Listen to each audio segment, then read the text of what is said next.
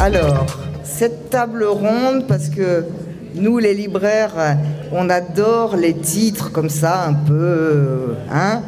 Motivation intime et subjectivité dans le roman et la poésie. Donc là, je vois déjà vos têtes en disant oh, mon Dieu, ne vous inquiétez pas. Le fil rouge, c'est les différentes formes d'exil. Alors, je vais commencer en anglais par Jonathan Berg, parce que j'avoue humblement que je ne suis pas assez bonne en hébreu pour faire une interview d'un auteur de ce niveau en hébreu, et que nous avons dans la salle des personnes qui ne parlent pas l'hébreu, donc vous me pardonnerez pour l'anglais. Jonathan, we are going to talk today about intimate motivation and subjectivity in literature and poetry, and the common thread of this roundtable will be the theme of exile. Jonathan, you were born in 1981 in Jerusalem into an observant family. You grew up in Psagot, a village near Ramallah. You hold a degree, je vais vous demander s'il vous plaît de faire un tout petit peu de silence pour l'enregistrement et pour la bonne écoute de tout le monde, merci. You hold a degree in literary creation and a master's degree in bibliotherapy. You are the youngest poet to have received the Yehuda Amichai Poetry Prize for your first collection of poems, 2013, Hard Sales, Mifrasim Kashim.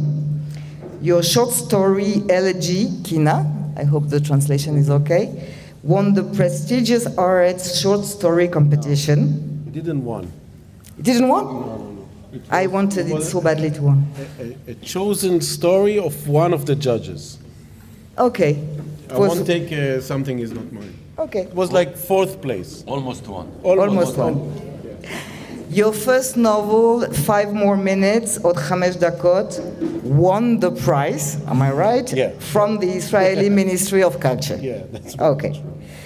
Jonathan, your 2 novels translated into French, 5 More Minutes and Psagot, A Departure, deal with exile on the spot.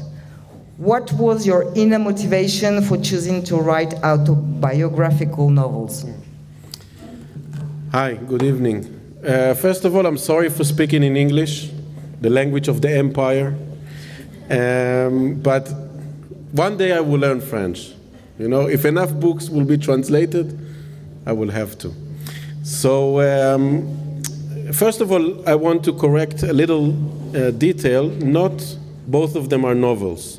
The first one, 5 More Minutes, is a novel, is a fictional story about 2 protagonists that grew up in the same settlement and then went to different directions. But the second one, Psagot, A Departure, is a memoir. So it's directly about my experiences as a young man, a child, a young man, and a grown-up in the settlement. Now about the exile. I think first of all, let's go why I wrote the autobiographical novels. I think every writer, when he comes out to the world of writing, he's looking for a solid ground to walk on. It's intimidating enough to write a book and to create a whole world. So I think most of us goes, first of all, to a place we know very well and can deal with. So I think the majority % of us going first of all to the material that we have in hand, and that was the settlement and the experiences from there. But the exile point is because the main experience I had as a young man is the one of departing from an Orthodox family, from a settlement with everything that settlement means, the society, the ideologic thoughts, the rituals, the surroundings, and so on. And this experience of moving from everything I knew into a new world was the main experience I wanted to explore in writing. I wanted to understand it for myself. In a way, when I left the Orthodox life when I was 16, 17, I left the text, right? The whole Orthodox life is around the text, the rituals, the prayers, the teaching, everything is around the text. And then I had the absence of text in my life. Suddenly there was no text, and I was dealing the whole day long with a text. So I think I needed to bring a text to replace what was missing. And the new text was literature, was poetry and prose. So for me, in order to do my first step in writing, I had to deal with the closest experience I had, which was to change words, to change the text from a religious, ideological one to literature.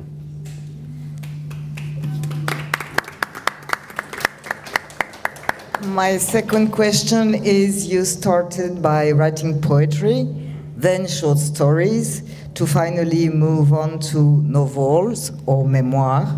Is it related to your studies or to something else? No, it's mainly related to the fact there's 24 hours in a day, and writing a poem is about an hour. And then I have nothing to do with the rest of my 7 hours of writing, if I have a day like this, a free day. No, I'm joking. I think writing poetry is dealing with a very intense, very fast spiritual experience inside of you. It's almost out of control, if you can say. The language goes very fast, very thick. The images run one after another. It's not a settled one. The fire is very high, you can say. And I needed, or I wanted to experience writing in a lower temperature, in a place that is not so fast, it's not so spilling out of you, but it's something that you have to do much slower, to build a structure much more with a conscious mind. You have to think about things from day to day. You have to go with your protagonist, with your plot. It's something that you build very slowly and step by step, which is completely different from poetry, which you need to catch a phrase, a moment, a metaphor, and you have to do it fast, and you have to pull the whole thing in one hand.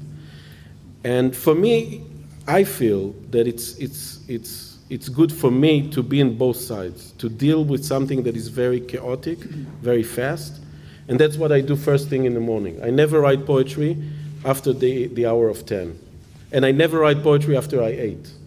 So, no, seriously. So it's only when I'm completely empty from my body, when I'm completely in this phase of starting the day with this awake, sleep, beginning, that's when I write poetry. And then when I settle down, I start building a much more settled and continuing sequence, which is prose.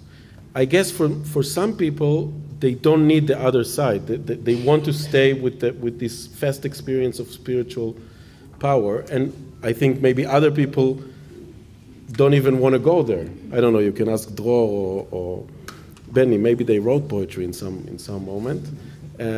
So for me, I want to be in these two different temperature of writing. And my last question, because I'm extremely curious about that, what is bibliotherapy? Are you a practitioner today? What did it bring you on a personal level, and is there a spatial connection between bibliotherapy and your writing? Yeah. So bibliotherapy is a method of therapy, of mental therapy, but it's one that thinks that text has a very important and unique abilities in the meeting between a patient and a therapist. So bibliotherapy thinks that someone can put in a text things that he even cannot say face to face. So you use the text as a place that the patient can put things that he have a hard time to deal with or to communicate on the upper surface, you can say. Now, I don't do it. I don't practice. I'm not a therapist. Why? I did it for a few years in high school in Tel Aviv, and I found out that every time I leave the room for meeting a patient, or every time I come back home, I'm not staying with the patient after the session. I have a brother that is a therapist. You have to go with the patient to your house. You have to think about him. You have to think about what he brought to the room. You have to think what is the process. You have to think where you want to take the therapy to. You have to be with the patient after the hours of session. But when I came home, I thought about my books. Seriously, I thought about my protagonist. I thought about the plot. I thought about the poem. I was concentrated on my creation, and I understood that in the end, it's not ethical to be a therapist, but not to take the patient with you after the session. So I didn't do it anymore. What was the last part? If bibliotherapy has a connection? A connection with your writing? No, not at all. I mean, I would say that usually I found out what I wrote when someone else is telling me what is in the book. So it's not about understanding myself, it's about liberating something, and then the reader or someone else can come and say, we saw that or we saw that. Thank you. And thank you. Thank you very much.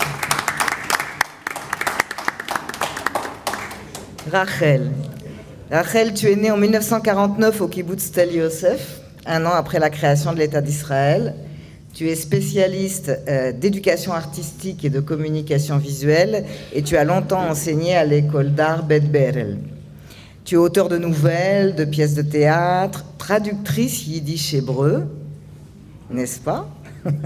Tu as vécu à Paris dans les années 70 et tu es bien connu du public en tant que co-auteur de l'hébreu au présent, qui est une méthode d'apprentissage de l'hébreu utilisée dans les cours en France et dans les pays francophones. Comme deux sœurs paraît en français en 2015 et reçoit le prix Visou en 2016, et en 2019, L'ours qui cache la forêt est traduit en français. Vous êtes plusieurs à avoir des points communs ici, puisque votre éditeur français, Édition de l'Antilope, et je me permets de saluer Gilles Rosier, que j'apprécie énormément et qui m'a permis d'être en connexion avec vous. Dans tes deux romans traduits en français, Un fil rouge, les personnages viennent d'horizons différents, ils sont exilés dans le premier, et dans le deuxième, il est question de la nécessité de l'exil et du retour au pays natal, du besoin d'évasion aussi. Et tu m'as demandé de te poser les trois questions ensemble. Quelle a été ta motivation intime pour le choix de ces thèmes? On t'appelle souvent conteuse de la psyché ou conteuse de l'âme. Te retrouves-tu dans ce qualificatif? Et selon toi, notre époque est-elle faite d'exil? Peut-on parler d'une littérature de l'exil? Merci. Bonsoir. C'est le temps de français avec l'accent israélien maintenant. D'accord? Excusez-moi. Très bien. D'accord. Vous m'avez Nathalie m'a posé la question sur l'exil. Et il faut préciser ce mot exil parce qu'il y a un autre mot, immigration, qui ressemble beaucoup. Et il faut préciser les deux mots parce que c'est très important pour ce que j'écris. Et immigration, c'est les termes un peu plus général de quitter son pays, de s'installer dans un autre pays. Et des raisons économiques, c'est souvent culturelles, des raisons personnelles. On se marie avec quelqu'un, il y a beaucoup de raisons. Et puis, exilé, c'est quelque chose de différent. On est forcé de quitter son pays, ou bien on est chassé, on est de son pays, ou bien ce pays n'existe pas, ou était conquis, ou bien des raisons politiques, bien sûr, des raisons il y a un autre régime, etc., etc. Et nous, quand on était, moi je suis partie de la première génération de l'État d'Israël. Quand on avait l'éducation, on nous a dit que l'État d'Israël, l'existence de l'État d'Israël, c'est notre responsabilité personnelle. Si on quitte le pays, il y a quelqu'un de moins pour construire le pays et tout ça. On était vraiment dans ça. Et quand quelqu'un de ma génération a quitté le pays, c'était toujours accompagné d'un sens de culpabilité. on disait, je vais pour faire des études, je vais rentrer dans 2 ans, 3 ans. On n'a jamais dit, je pars d'Israël. Et je pense que dans la génération nouvelle maintenant, il y a pas mal de gens qui quittent le pays sans aucun sens de culpabilité. Ils sont des immigrants comme tout le monde, comme des immigrants partout. Les immigrés, l'immigré regarde le futur dans le pays nouveau. Et il veut améliorer ses conditions et tout ça. L'exilé regarde en arrière, il a la nostalgie vers son pays, il veut y retourner quand les conditions vont changer, etc. Je pense que mon roman, le deuxième roman, L'ours qui cache la forêt, est sur des immigrés, des Israéliens immigrés et pas exilés. Ils font ça, ils quittent le pays volontiers, ils sont là-bas et ils ne pensent pas y retourner. Pas du tout. Ils disent que peut-être ils vont retourner, mais ce n'est pas vrai. Et je pense que c'est pas... je voulais dire... Ah. Et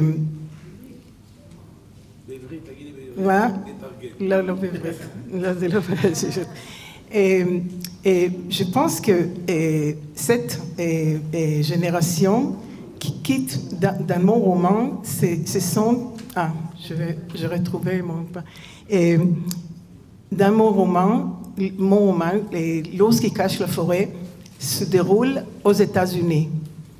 Ce sont des Israéliens qui habitent là-bas. Et on a le point de vue des Israéliens qui ne sont pas en Israël.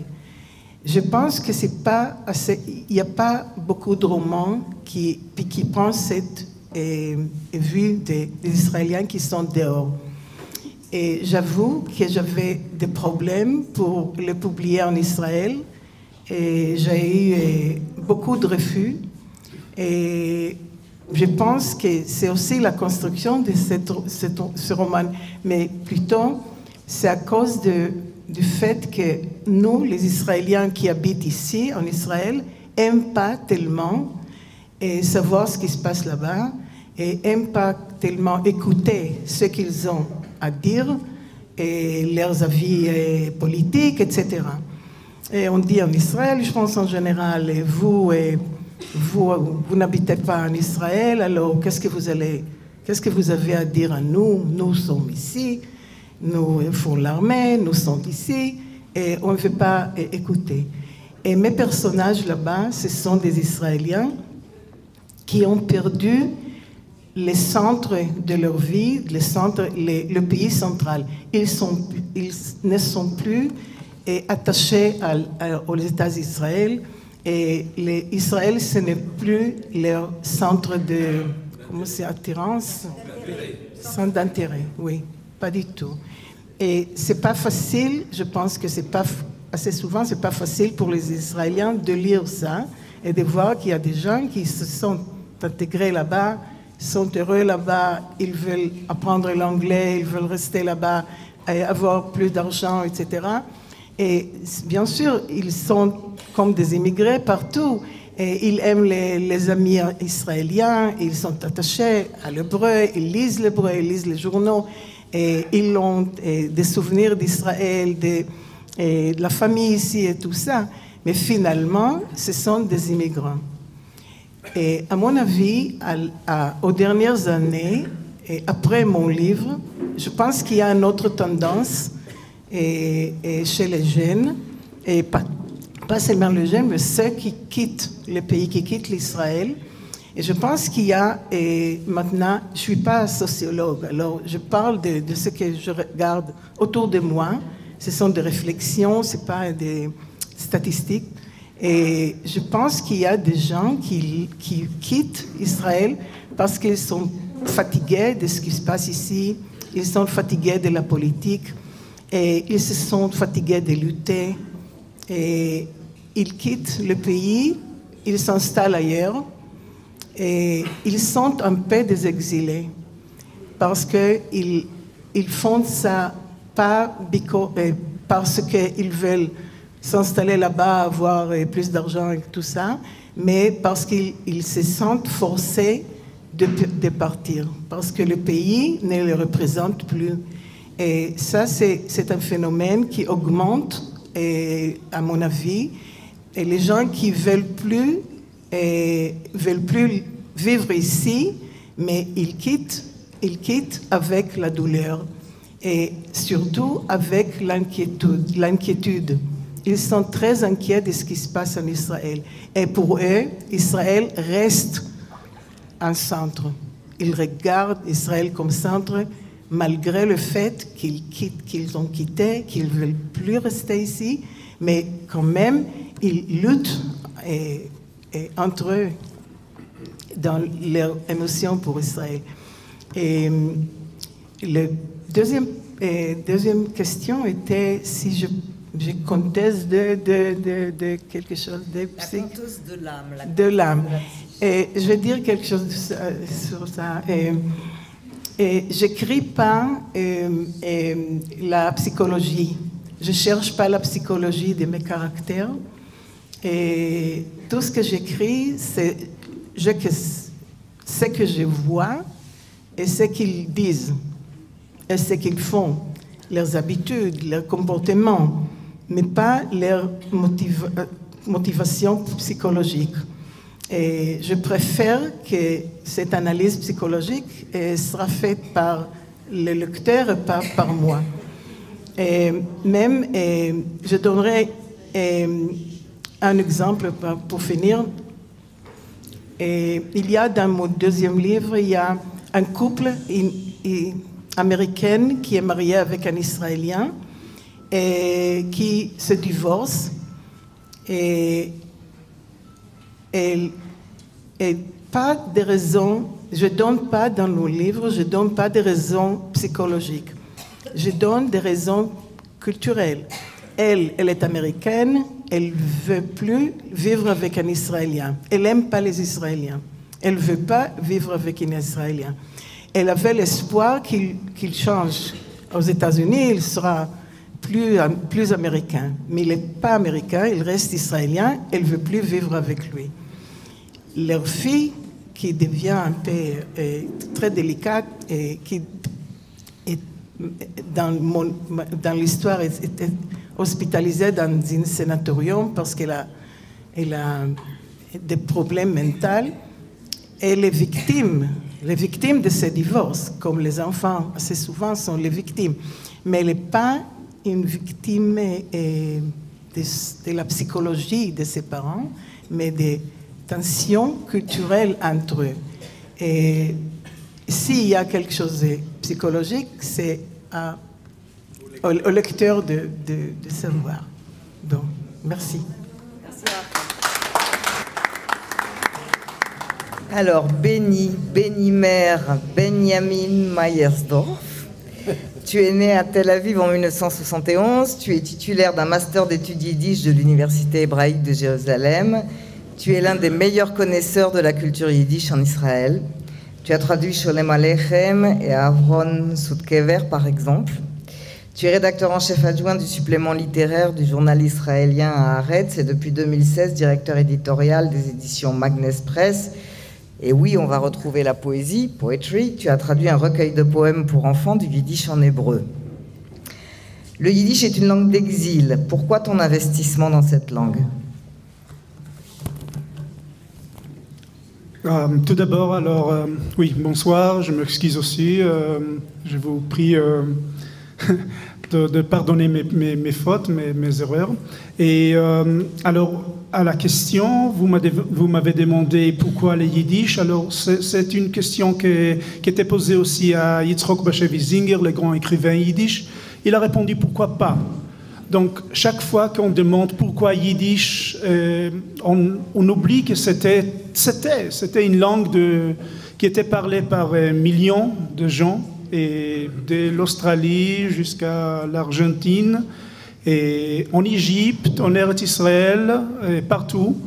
Et donc, on parle d'une langue qui n'a pas connu, qui ne connaissait pas les frontières, qui n'a pas eu un pays yiddish. Il n'y avait pas un Yiddishland, mais pourtant, il y avait des habitants. Et il y avait, d'une culture immense, très très vaste, grande culture.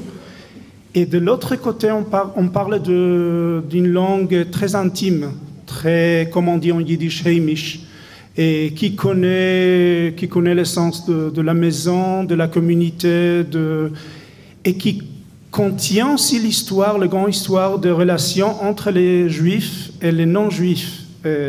Ça veut dire avec tous ces composants slaves, germaniques, hébraïques, araméens, et elle raconte, et elle-même raconte l'histoire de voisins et de la culture yiddish. Donc, vraiment, c'est une culture, une langue qui mérite d'être étudiée, parlée, etc. Et finalement, il y a un lien biographique parce que ce n'est pas la langue que j'ai entendue à la maison. Et enfin, c'était presque une langue interdite comme d'habitude, j'aurais dit.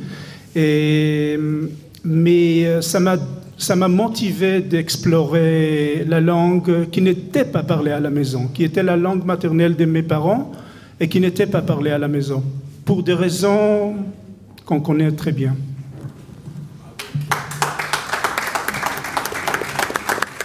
Alors, pourquoi avoir écrit spécifiquement un livre sur la rue Smoche?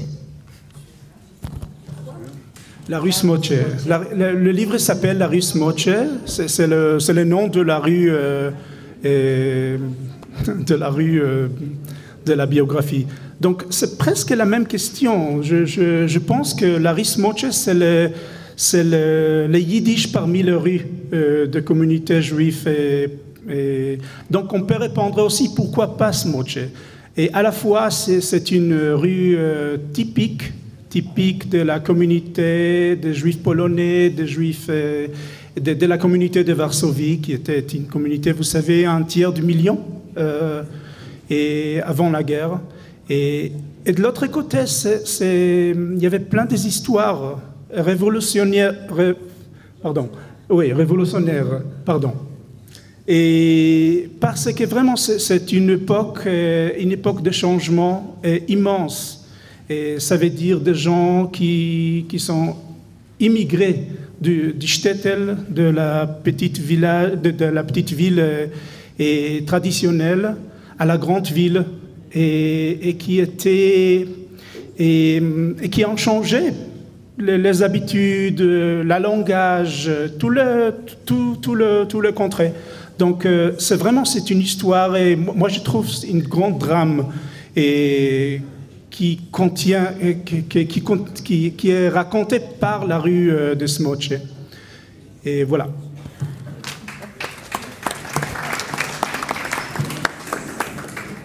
Et ma dernière question à Benny, ta motivation intime est-elle liée à la souffrance juive européenne véhiculée par le yiddish?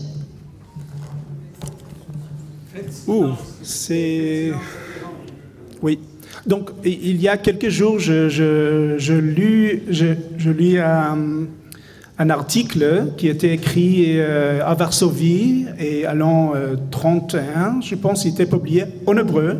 Et là, le titre, c'est L'homme de lendemain. L'homme de lendemain. C'est écrit en hébreu à Varsovie. Et puis, l'écrivain indique les spécifications de tout ce que l'homme de lendemain doit symboliser. Ça veut dire qu'il doit être robuste, musclé, il doit savoir utiliser les instruments, etc. Et il doit être un membre d'un collectif, bien sûr. Et je pense que là, je me senti, pas pour la première fois, comme l'homme d'hier. Et donc, je peux dire que de mon enfance, j'étais attiré par ces histoires comme on dit en yiddish, kleine Menschelach, le petite personne, le petit homme comme ça de yiddish, qu'on connaît, mais c'est vraiment pas le yiddish. On parlait souvent de l'homme diasporique et qui s'est trouvé ailleurs aussi, partout. Donc oui, alors je pense que ces histoires, l'histoire diasporique m'a beaucoup attiré en tant qu'Israélien, en tant qu'un auteur qui est né à Tel Aviv. Et voilà, alors c'est ça qui m'a motivé de raconter leur histoire, de ces petits personnages, et d'essayer de revivre cette ambiance, cette communauté, cette rue, etc., et qui n'existe plus. C'est une biographie qui raconte l'histoire d'une rue qui n'existe pas du tout. C'est ça. Alors, de tous mes moyens, j'ai essayé de faire l'impossible.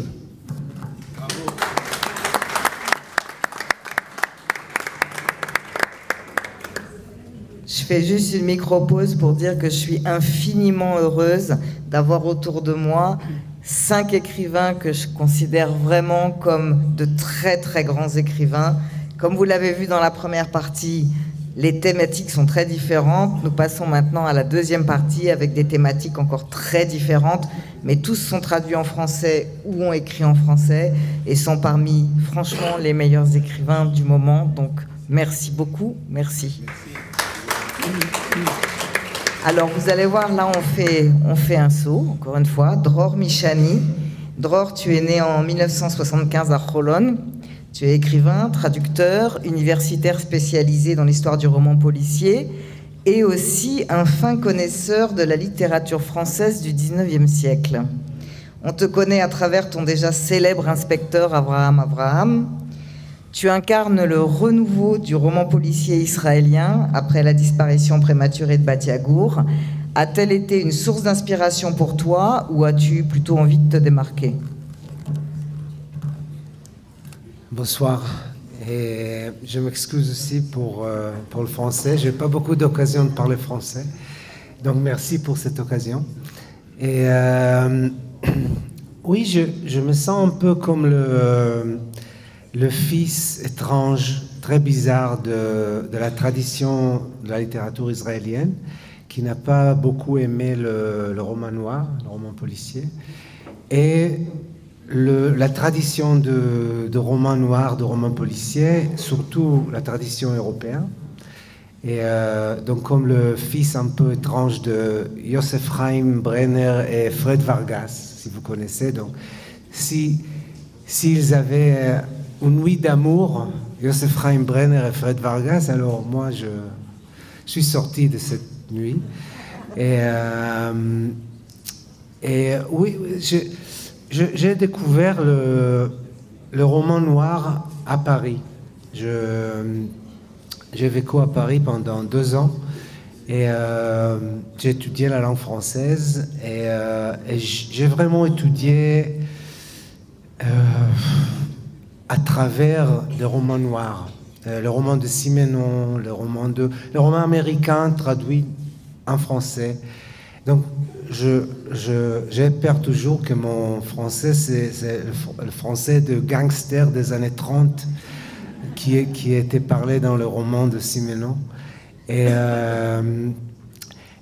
quand je suis retourné à Tel Aviv, c'était vraiment la question que je m'étais posée, c'est pourquoi il n'y a pas beaucoup de romans noirs en hébreu? Pourquoi après Bat Yagour, après Shulamit Lapid aussi, il n'y avait pas énormément de romans policiers en hébreu? Et je me suis posé le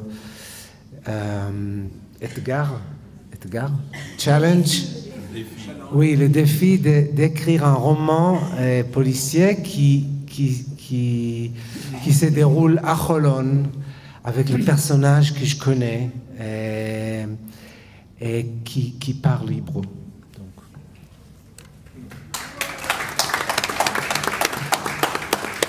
On te qualifie parfois d'écrivain de la douleur humaine. S'agit-il de la douleur humaine universelle ou particulièrement israélienne?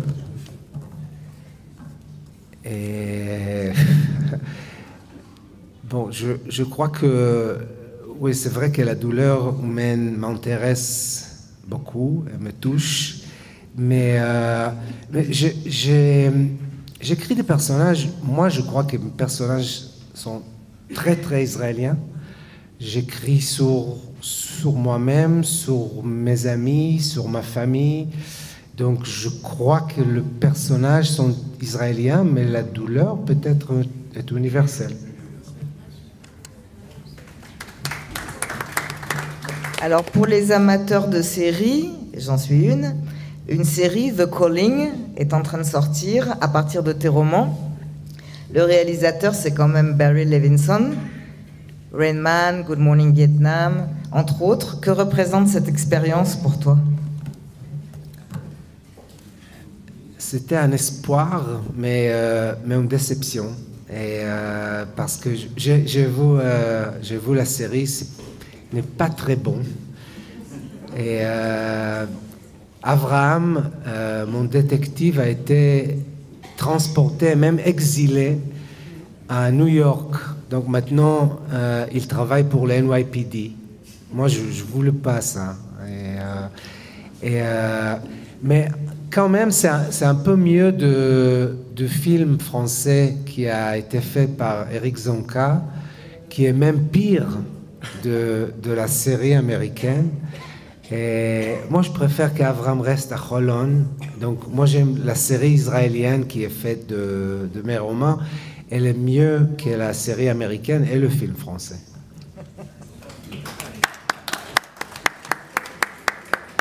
Bon, il n'y a plus tellement de suspense, mais quand même, le 12 janvier 2023 sort ton prochain livre dans sa traduction française, Emouna en hébreu, un simple enquêteur en français. Peux-tu nous en dire quelques mots? Je sais que dans le public, beaucoup de gens attendent et l'ont déjà pré-réservé.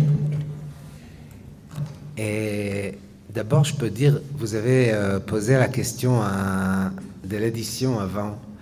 Et moi, j'ai voulu parler de mon éditrice française, qui est vraiment magnifique. Elle s'appelle Marie-Caroline Aubert. Elle est la grande dame du roman policier en France. Et elle écrit elle est l'éditrice de la série Noire à Gallimard. Et elle a changé le nom du livre, parce que Emouna, vous savez, Emouna, hein, son croyance au foi, je ne sais pas. Et elle a dit non, ça c'est pas, on peut pas faire croyance en français, c'est comme un livre de la philosophie. Alors elle a changé le nom pour Un simple enquêteur, et c'est le 4e roman d'Avram. Et c'est une enquête qui est un peu spéciale parce que pour moi c'est la première enquête politique. Et la première fois qu'Avram trouve la douleur, pas seulement dans notre maison, dans les chambres, dans les âmes, mais aussi dans les roues. Et donc c'est un roman que je suis très curieux de voir comment il va être lu en France. Félicitations. Alors, Raphaël Yerushalmi, ancien espion, devenu libraire de livres anciens à Tel Aviv. Tu prends un malin plaisir à essayer de faire basculer le cours de l'histoire dans tes romans. Tu es tout aussi romanesque que tes personnages, si, avec un cursus vraiment pas banal. Ancien élève de Normal Sup, sorbonnard fréquentant le milieu punk de l'époque, tu entres dans l'armée israélienne et tu deviens très vite agent de Tzahal, où tu passeras 15 ans de ta vie avant de prendre ta retraite pour t'engager dans l'humanitaire et l'éducatif. Depuis 2012, tu n'as jamais cessé de nous surprendre. En ce qui te concerne, l'exil est volontaire. Tu as quitté la France pour revenir en Israël. Pourquoi? Alors, moi je suis un mioche, il y a eu des mioches parisiens de 68 et moi je suis un mioche de 67. Et quand j'ai vu un jour à la télévision, en 67, j'avais 13 ans, et je vois à la télévision la guerre des 6 jours, et je vois les soldats de Tzahal sur les tanks dans le désert. Et il y a des enfants, quand ils sont petits, ils disent « moi je veux être astronaute, moi je veux être cow-boy ». Et moi quand j'ai vu ça, j'ai dit « moi je veux être ça ». Et ça m'a jamais quitté, cette admiration du soldat israélien. En plus, il va pas à l'école, donc c'est déjà un grand avantage. Mais j'ai toujours rêvé.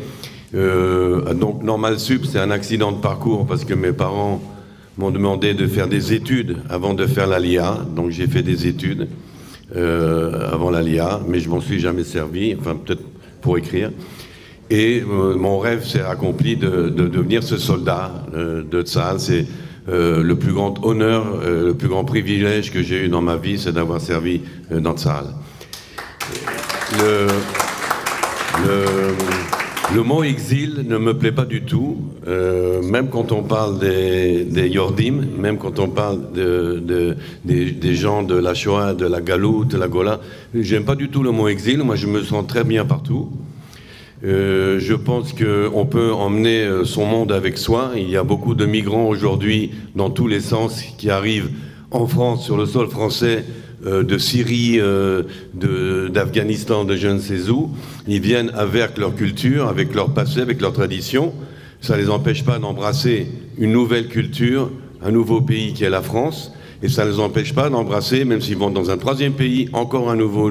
Je pense que où que l'on soit, on doit faire sa place. Donc je me suis jamais senti en exil en France. Je ne pense pas que c'est la diaspora ou la Gola. Je me sens pas en exil en Israël par rapport à la France, bien que des fois Paris me manque. Ok, mais donc voilà, le mot exil ne me plaît pas. Dans l'armée, on apprend à être ou dans le désert. J'étais aussi dans la jungle. J'étais dans des endroits pas très sympathique ou fréquentable, et j'ai toujours fait mon petit confort, mon petit endroit, et je pense que c'est une des façons d'être ce qu'on appelle citoyen du monde. Donc il n'y a pas d'exil, on doit se sentir bien partout sur cette planète.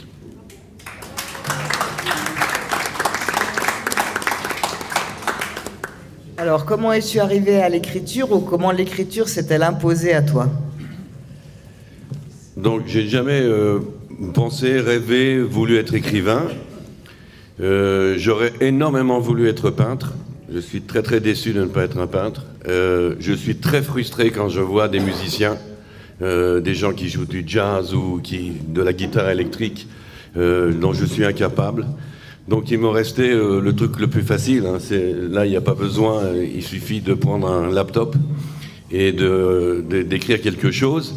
Et je me suis retrouvé, en fin de compte, après l'armée, à Tel Aviv, au café, avec un laptop. Alors, quand vous allez au café à Tel Aviv et vous voyez des laptops, il y a un café où il y a eu une émission de télévision israélienne, Nechama Vachetzi, ça s'appelle, près de Rothschild, en face d'Abima. Dans ce café, vous rentrez, tout le monde est avec un laptop. Et le caméraman et le type qui a interviewé, c'est Shai Stern, vient et demande, alors il demande à moi, monsieur, qu'est-ce que vous êtes en train d'écrire sur votre laptop? Je dis, moi, je suis en train d'écrire un roman. Ah, très intéressant. Et puis il passe à un autre laptop, il dit, moi, je suis en train d'écrire un opéra. Et il va sur un autre table, je suis en train d'écrire un script pour un film. Voilà, donc tout le monde écrit. Donc moi, au départ, j'allais au Nechama Vachetzi, au café, avec un laptop pour voir mes emails. Mais au bout d'une demi-heure, on a fini de voir les emails, et donc il fallait donner quand même une impression, une attitude. Et comme je vous ai dit, je voulais être musicien. Et j'ai donc commencé à taper quelque chose sur le laptop, mais c'était pas de la musique, c'était des mots. Et comme une mélodie, ces mots, ces phrases ont fait commencer une petite histoire. Et l'histoire, comme une mélodie aussi, est devenue toute une musique, tout un air entier. Et c'est devenu un roman. Et ce qui m'a plu dans ce travail-là, c'est pas tellement la musique. Il y a une musique quand on écrit, mais ce qui me plaît, c'est de jouer, tout simplement. Jouer avec les mots, jouer avec les phrases, changer la phrase, changer les mots. Je fais un truc tout le temps quand j'écris. J'ai le dictionnaire Petit Robert dans l'ordinateur, à chaque mot que j'écris, c'est vraiment automatique. Chaque mot que j'écris, hop, Petit Robert, les synonymes. Et c'est jamais le bon mot, c'est toujours dans le Petit Robert qu'il y a le bon mot pour la suite du livre. Et voilà, et donc voilà. Alors je voudrais, avant de parler de pourquoi ça a été édité, j'ai été édité, pour ceux qui ne connaissent pas le métier des écrivains, si c'est un métier, il y a les éditeurs, c'est très important. Mais je voudrais en rendre hommage à Nathalie, parce que le plus important pour nous, les écrivains, c'est les libraires. Si les libraires ne vous portent pas, rien n'arrivera dans le métier. Nos livres se vendent parce que les libraires défendent nos livres. Les éditeurs, c'est autre chose. Non, mais c'est vrai, c'est comme ça sur le terrain. Alors, quand j'ai écrit mon premier livre, ça s'appelait Sauver Mozart, parce que comme je voulais être musicien, j'ai écrit un livre sur un critique musical à Salzbourg. Bon, je ne vais pas vous raconter l'histoire. Sauver Mozart autour de la musique, en découvrant que justement la musique était un très très bel outil littéraire. Quand vous parlez de musique, ou quand vous décrivez de la musique, ça rend votre prose très très belle et très très musicale, bien sûr. Et donc j'ai écrit ce livre. Et puis je me suis dit, à un moment donné, j'en ai écrit un deuxième, peut-être on va le faire lire à quelqu'un. Et donc très modestement, avec le même laptop, un Nechama Vachetzi, j'ai envoyé mon livre aux 10 plus grands éditeurs de France, parce que par modestie. Mais c'était aussi qu'est-ce qu'il y avait sur Google qui était en premier. Et Actes Sud, alors a pris tout de suite le livre, et je suis resté jusqu'à maintenant chez Actes Sud, où avec toujours la même éditrice qui est mon coach pour la vie. Mais ce qui est intéressant, c'est pour ça que je vous raconte cette histoire, parce qu'il faut toujours avoir de l'espoir, c'est que Actes Sud reçoit à peu près 300 manuscrits par mois. Et donc ça s'entasse dans les bureaux d'Actes Sud. Mais Actes Sud a son siège à Arles, dans le midi de la France, dans une vieille maison qui a été retapée pour faire des bureaux, mais c'est une vieille maison de Arles, et donc pour faire des bureaux, il y a des couloirs partout, il y a des escaliers partout, c'est un bordel incroyable.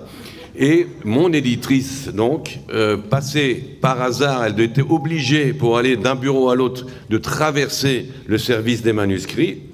Et elle a vu une enveloppe dans la tas de manuscrits. Il y avait une enveloppe avec un grand timbre de Tel Aviv en hébreu. Elle a trouvé ça amusant, donc elle a retiré l'enveloppe parce que le timbre était joli, était d'Israël. Elle a ouvert l'enveloppe, il y avait écrit que l'écrivain, c'est son premier livre et qu'il était ancien des renseignements israéliens. Donc elle trouvait ça amusant. Et puis en plus, mon premier livre est très court. Donc c'était aussi une possibilité de le lire. C'est comme ça que j'ai été tiré de la pile. Et donc il faut un petit peu de chance aussi dans la vie. Alors, dernière brève question, parce que je vais vous inviter tout à l'heure à faire une petite pause, mais ne surtout pas partir. Pas de pause, pas de pause. Alors, pas de pause, pas de pause. Dernière question à Raphaël, et après, je vous en prie, restez, parce qu'il va y avoir une table ronde encore formidable avec des essayistes et avec des récits biographiques, autobiographiques, et ne la manquez pas. Donc, ma dernière question, Raphaël, comment passe-t-on de Otto Steiner à François Villon, d'Apollinaire à Évacuation, de Ángel de la Cruz et Léa de Montesa à des Sex Pistols et l'Intifada, et enfin Paul Bernstein et Pierre Delmain? Alors, ça va être court et simple. Tous ces personnages ont une seule chose en commun, c'est qu'ils sont les héros les moins probables pour accomplir ce qu'ils vont accomplir dans mes romans. Mes héros ne sont pas des anti-héros, mais ce sont des personnages qui sont les derniers auxquels vous penseriez pour, par exemple, combattre le nazisme ou l'Inquisition. Et c'est ma marotte, donc à chaque fois je prends un personnage inattendu. Je m'amuse d'ailleurs à les massacrer, à les rendre antipathiques, antisociales ou autres. On ne s'attend pas d'eux. Et pour moi, le choix de ces personnages improbables pour accomplir des missions extraordinaires, c'est mon obsession de la petite histoire contre la grande histoire. c'est que tout ce qu'on voit, on apprend dans les livres d'histoire ou dans les titres des journaux, c'est pas la vérité. La vérité se trouve sur le terrain. Ça, c'est une expérience de militaire. Ce qui est sur le terrain, ce qui est la vraie vie. Et donc, la petite histoire contredit la grande histoire. Pour moi, par exemple, l'histoire de la Seconde Guerre mondiale, c'est les justes des nations. Hitler, c'est pas important. La Shoah, c'est horrible. Mais ce qui est vraiment important dans ça, c'est la petite histoire. C'est les justes des nations, les gens qui ont sauvé les Juifs. Merci beaucoup.